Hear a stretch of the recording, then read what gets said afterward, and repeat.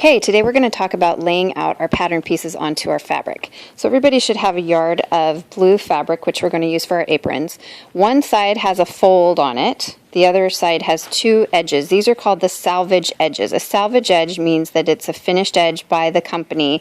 A lot of times it will have kind of like little dots or perforations or kind of threads sticking out. This just means that this is called the salvage edge, and you're going to line up your pattern pieces according to where the fold is and where the salvage is, okay?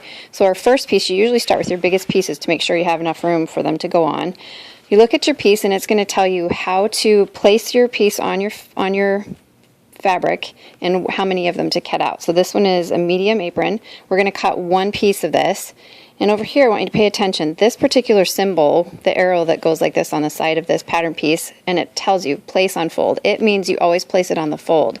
So here's our fold of our fabric. We're going to put the pattern piece right on the edge of the fold.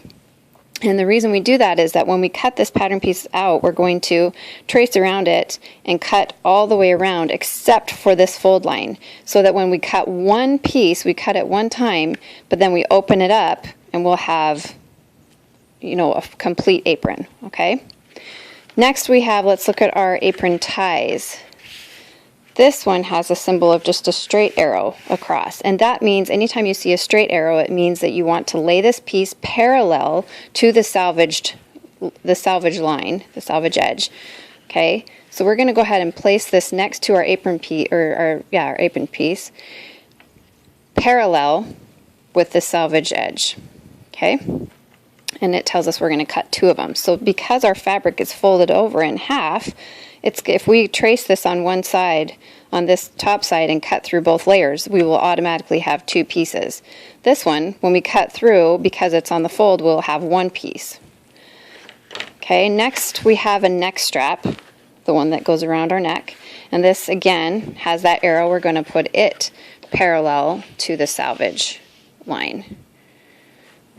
The last piece, this actually doesn't have anything to do with the apron. This is the stitch sampler you're going to sew before you get to the apron. We need to cut that out of this fabric as well.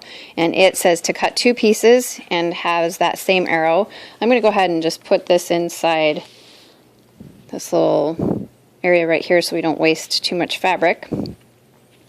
Okay, now the way that I have lined this up, I've tried to make it so that I waste the least amount of fabric. If I were to put this, you know, right in the middle of my fabric, then I've got all these wasted pieces. But the way that I've laid it out, I have quite a bit of usable space over here and down the side if I wanted to use that scrap fabric to do something else with.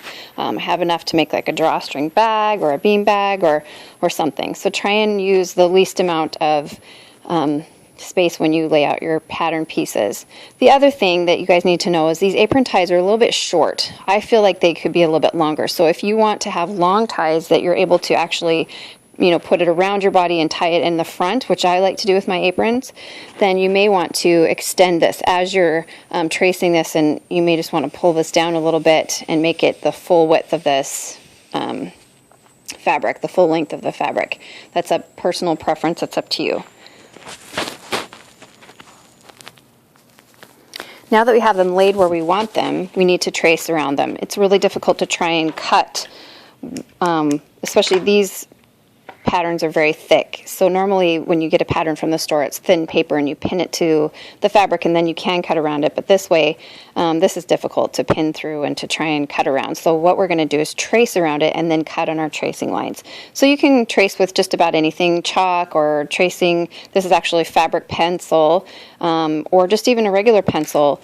You can trace on it. The lines won't be as pronounced as if you use, you know, a white pencil crayon or a tracing pencil. So you're going to go ahead and trace all the way around. Be very careful that you hold on to your patterns as you trace so to stay the most accurate. But you're going to go ahead and trace every piece around every single piece of our pattern.